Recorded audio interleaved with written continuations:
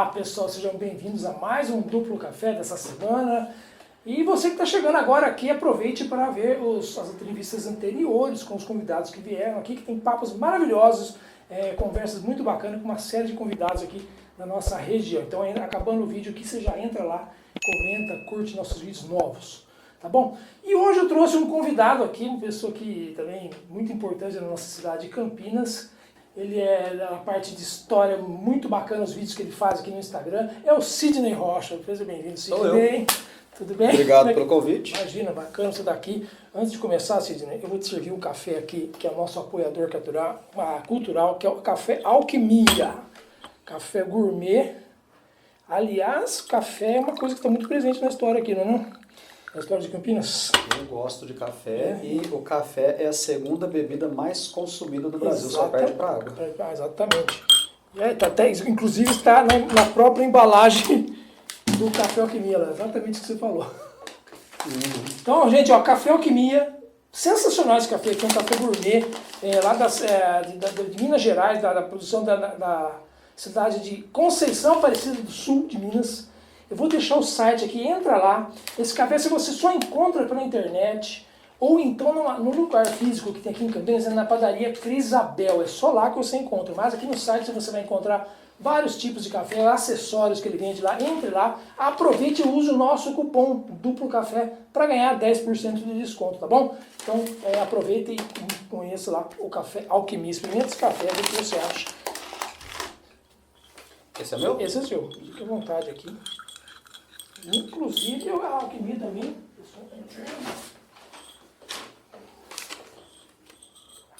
Cara, que delícia de café. Inclusive a alquimia mandou para você um brinde aqui, para você levar um café. Que legal, cara. Obrigado. Um café alquimia para Muito você experimentar obrigado.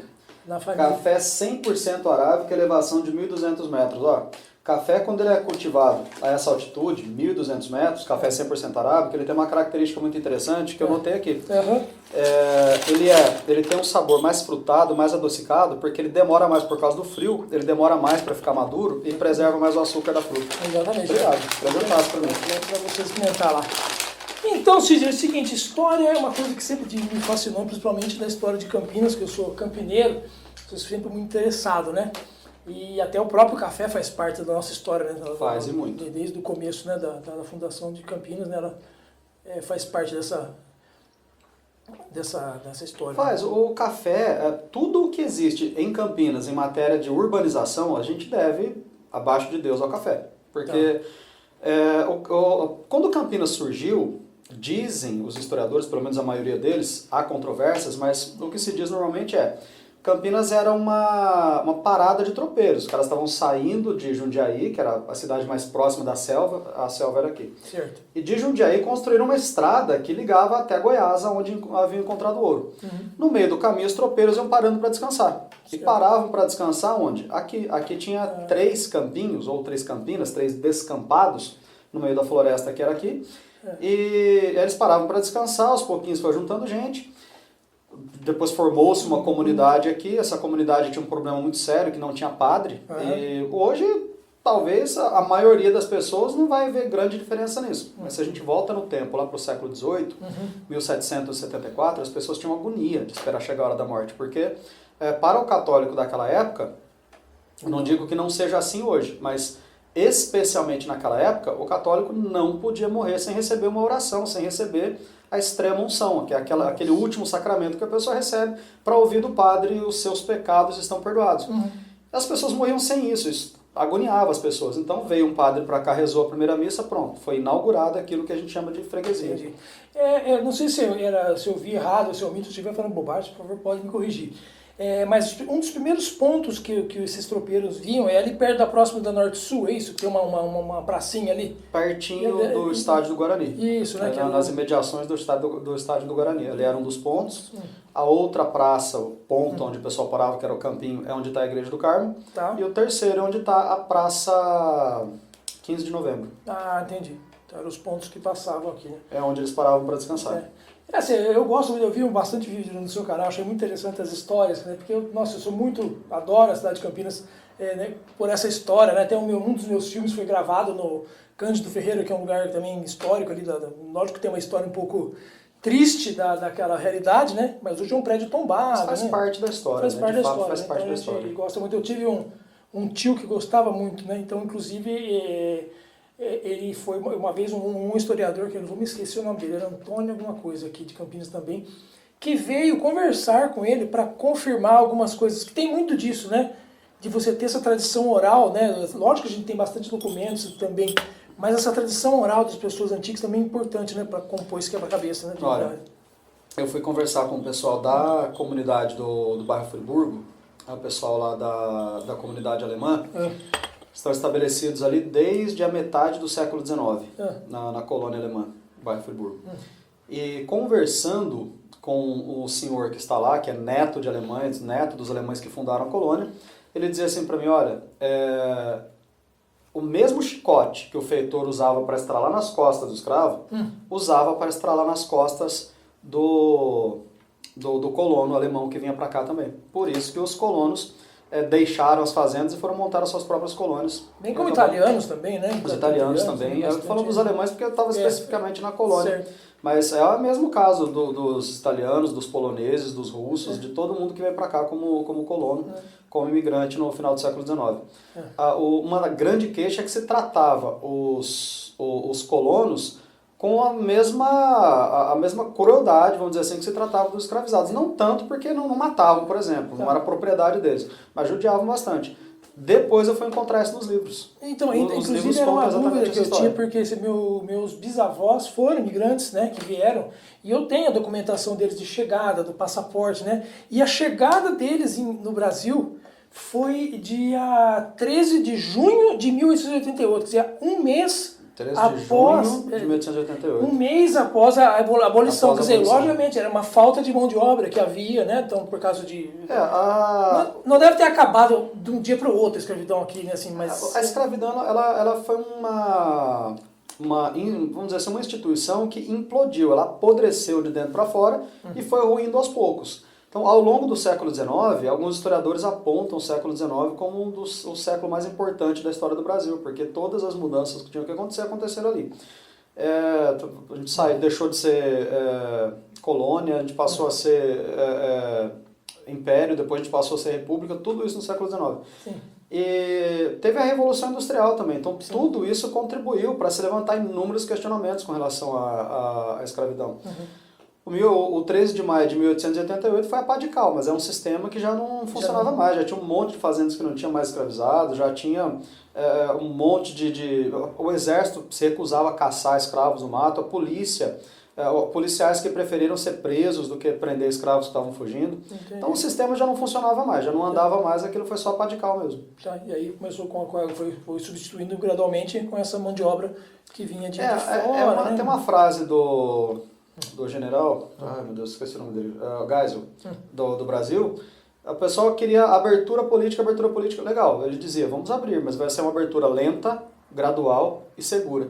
Cara, é o mesmo pensamento que você acha lá no século XIX. Tem que acabar com a escravidão, beleza, mas vamos acabar de maneira lenta, gradual e segura. O pessoal não queria acabar da noite para o dia, porque em essência não tinha mão de obra. Entendi. Não tinha mão de obra aqui.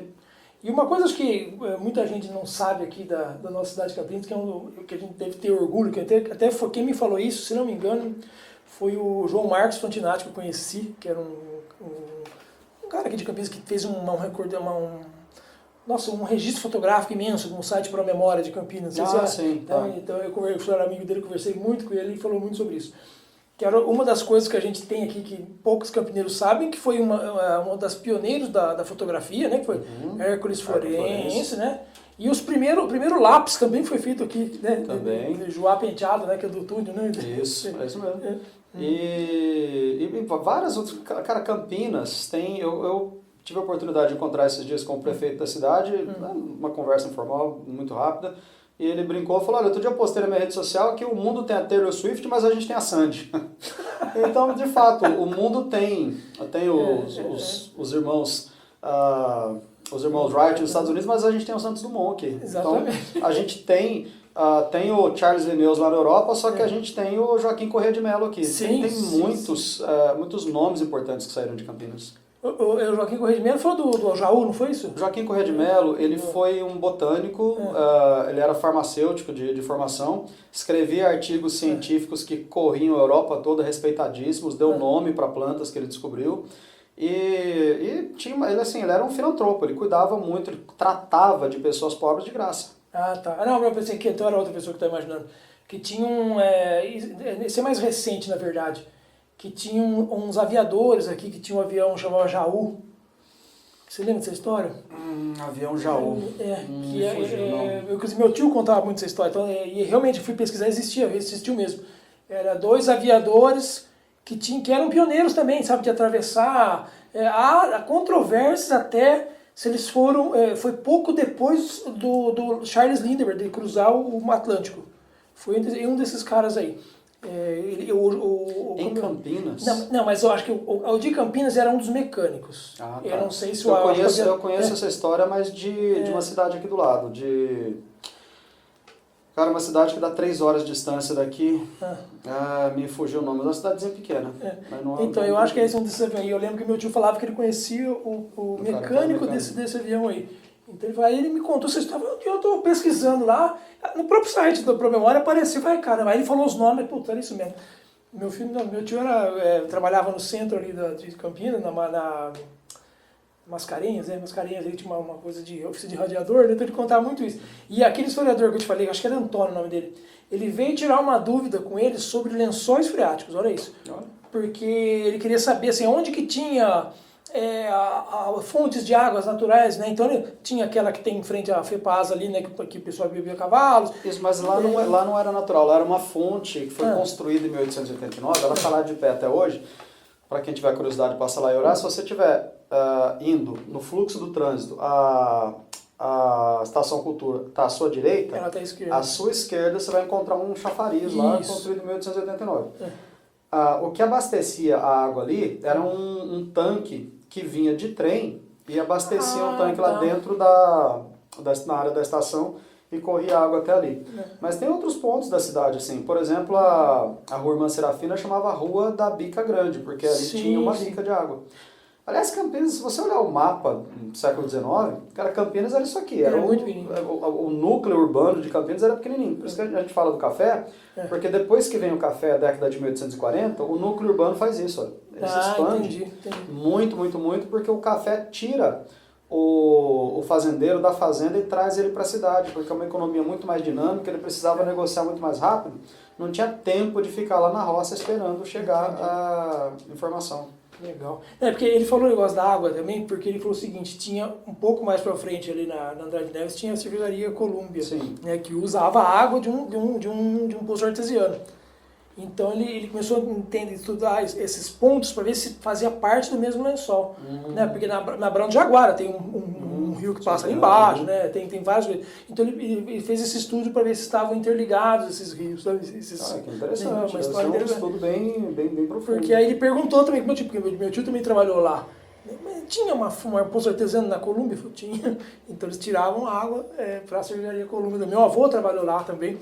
Tem fotos dele da Colômbia. Então eu vou mandar para você depois. Vou mostrar aqui para você. Vamos contar essa história aí no Instagram. Muito bacana. E o pessoal, tem muitas lendas também, né? Que você conta bastante coisa interessante de histórias misteriosas, tem muita coisa, assim. A história de Campinas, ela é fantástica, assim. 250 anos de história é uma história por metro quadrado na cidade, né? Então você tem, por exemplo, tem um escritor assim, bem antigo, Benedito Otávio, lá do começo do século XX, que ele estava em 1905, ele estava escrevendo sobre uma coisa que ele fala assim, olha, essa história que eu vou contar é muito antiga, aconteceu em 1840, 46. E imagina como é antiga pra gente, hoje olhando para aquilo. O cara estava em 1900 falando que era antigo, e tinha gente viva ainda disso. Ele contou sobre a vinda do imperador Dom Pedro II para Campinas. Tem mesmo isso. O Dom Pedro II esteve aqui por 5 vezes. Nessa primeira vez que ele veio, cara, é lindo, você vai lendo, ele vai citando os documentos da Câmara Municipal, quem pagou o quê, como foi que enfeitaram a cidade.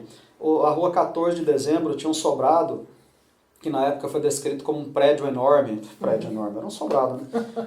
E aí o imperador ficou hospedado lá, como foi que fizeram a recepção do imperador. O querubim Uriel, que era o presidente da Câmara, foi até lá e ofereceu a chave da cidade para o imperador.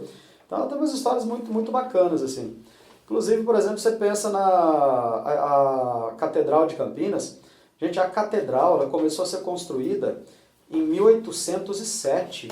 Os caras só foram terminar a construção em 1883. Aí você vai vendo as etapas de construção. Porque a fachada caiu, desabou, matou pessoas que estavam lá na frente. Aí depois desabou de novo a fachada, matou mais gente lá na frente. Aí um brigando com o outro. Aí vai falando dos nomes das pessoas que são nomes de rua. O Sampainho, por exemplo, que dá nome para a rua Sampainho lá no Cambuí, né? No Cambuí. Ele era o arquiteto, mas ele não tinha formação para arquiteto. E atuou como chefe, como arquiteto, ali levantando aquela fachada. E aí você vai vendo os nomes assim ganhando vida, as discussões lá na Câmara Municipal, quem que vai administrar, quem que vai ficar com o dinheiro, quem que vai pagar o quê. É muito, muito interessante. É o que eu falo, para mim, um passeio que eu faço de vez em quando, assim, que eu adoro fazer, é no Cemitério da Saudade. Né, que você vai lá na rua e você encontra lá o Francisco de Sério, né, Moraes Salles, tem toda uma história ali, né? Então Um dos primeiros vídeos que a gente fez, eu acho que o terceiro ou quarto vídeo, os vídeos estavam dando assim, o primeiro vídeo que a gente fez deu acho que 3, 4 mil visualizações, e aí minha esposa ficou bastante animada, falou, olha, vamos gravar mais e tal, eu falei, olha, vamos fazer lá no Cemitério da Saudade, para pegar o Barão de Geraldo de Rezende, e do lado dele tá o Toninho, que foi escravizado por ele e tal. E ela falou, não, o povo não quer saber de cemitério, ninguém quer ver cemitério. Deu 250 mil visualizações na última vez que eu vi. É muito interessante, eu gosto muito porque tem uma série de nuances ali no cemitério que você olha, né? Você fala assim, se você reparar, por exemplo, o portão principal do Cemitério da Saudade, que é todo de ferro, né? Ele não tem um pingo de solda.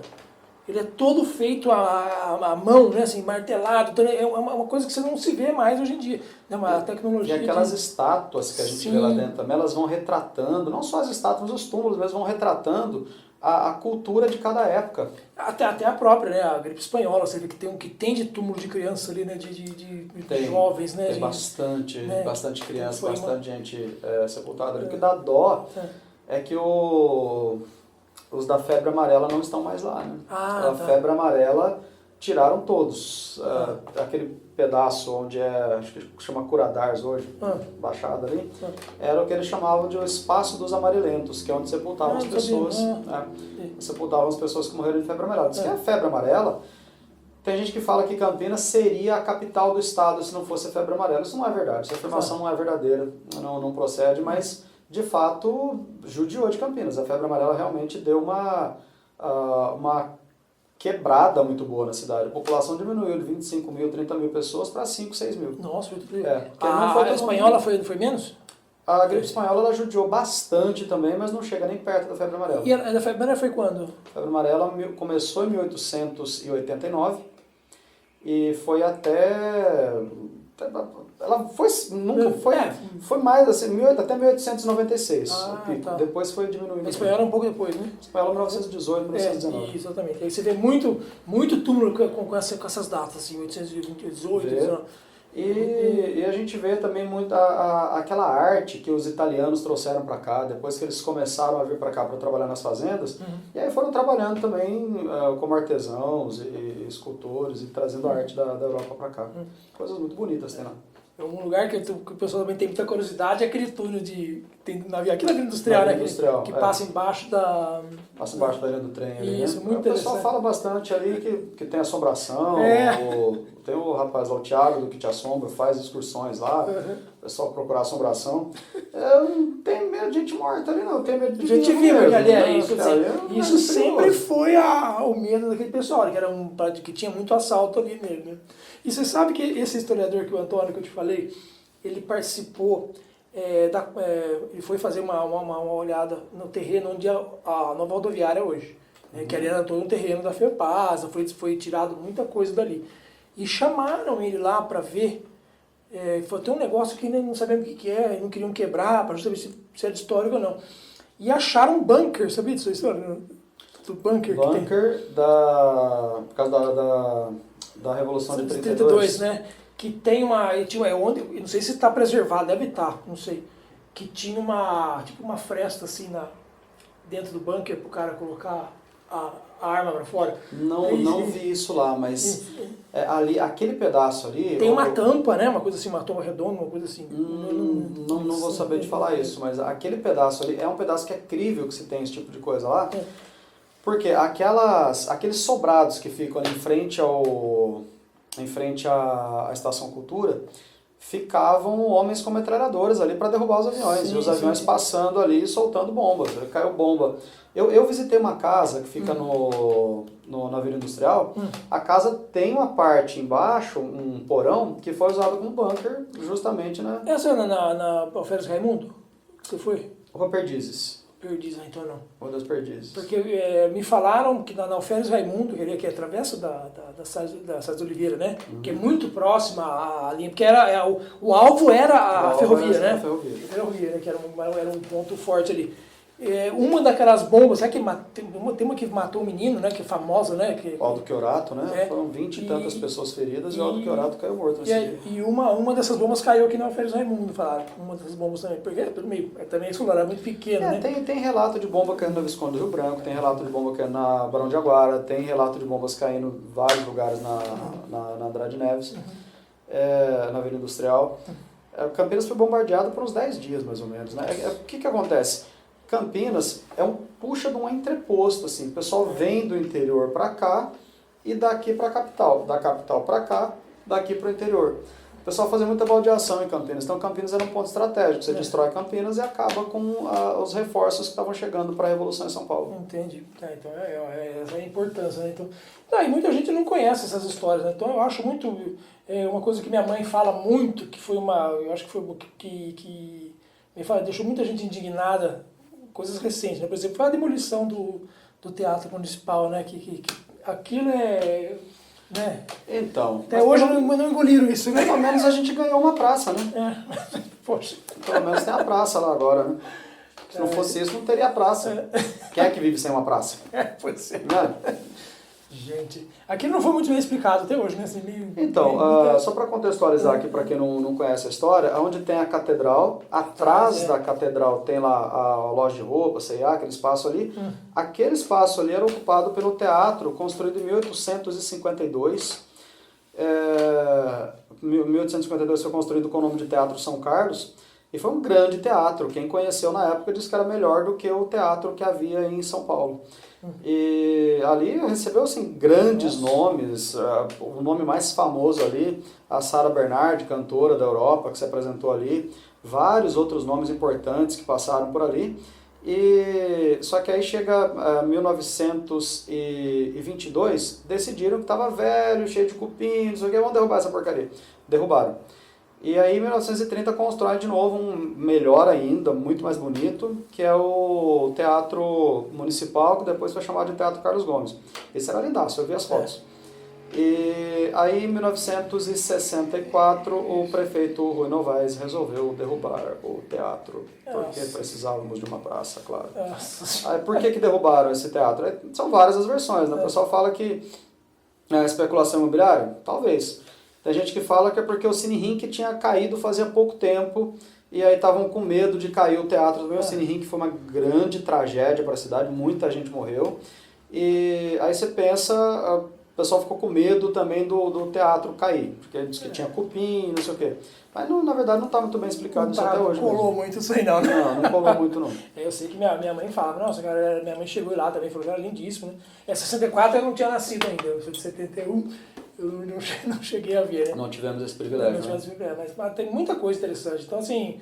E você quer ver uma coisa? Eu conheci esses dias, é que é uma família muito reservada, então a gente nem fica falando nome, mas eu conheci esses dias, tomei um café, igual eu tô tomando um café com você aqui, eu tomei um café com um senhor, tem mais de 90 anos de idade, e esse cara, ele conheceu, assim, eu vi as fotos, eu vi as fotos, eu não cansava de falar, caramba, é o senhor aqui.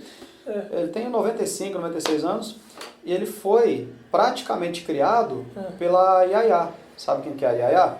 Yaya. Filha do Barão de Itapura. Ah, Dona, tá. eu chamo de Dona Isolete Augusta. Ah. Pra ele é Yaya, porque ele cresceu Entendi. na barra da saia da moça. Yaya, ela ensinou ele a ler, escrever.